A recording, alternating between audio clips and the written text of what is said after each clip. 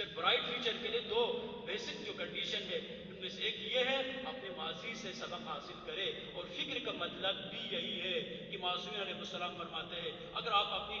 Daily life کو اگر divide کرنا چاہتے ہیں تو ان میں سے کچھ لمحات، کچھ اوقات آپ فکر کے لیے مختص کرے، یہ سوچے میں کہاں ہوں، میں کہاں جا رہا ہوں، کس لیے خدا نے مجھے خلق کیا ہے۔ سب سے بڑی جو چیز ہے جو اپنے آپ پر ہمیشہ فخر کرتے رہتے ہیں ان کے لیے ایک میسج ہے، بلکہ ہم سب کے لیے وہ میسج یہ ہے اس دنیا کی ترقی میں، اس انسانیت کی خدمت کے لیے واٹ از مائی کنٹریبیوشن،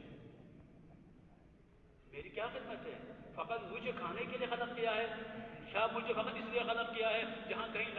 لڑائی اور جھگڑے اگر ہو رہے ہوں بس اس میں جا کر پارٹیسپیٹ کریں، بس ان میں سے کسی کا اگر کہیں پر طاقت کم ہو تو پھر میں جاؤں وہ طاقت انکریز کروں، جا کر جو بھی ظالم جہاں پر بھی نظر آتا ہے اس کے ساتھ لے کر مظلوم کا ستیناز کروں، کیا یہ مجھے اسی کے لیے خلق کیا ہے؟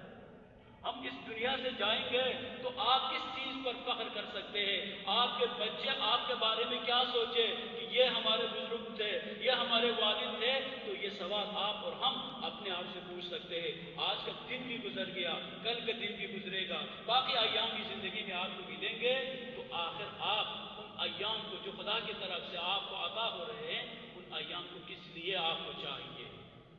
امام زین العابدین علیہ السلام بھی مختلف دعاؤں میں ارشاد فرماتے ہیں، ہم تو ہمیشہ لمبی زندگی کے لیے دعا مانگتے ہیں۔ امام فرماتے ہیں الہی ان کان عمری مرتعا للشیطان، خدایا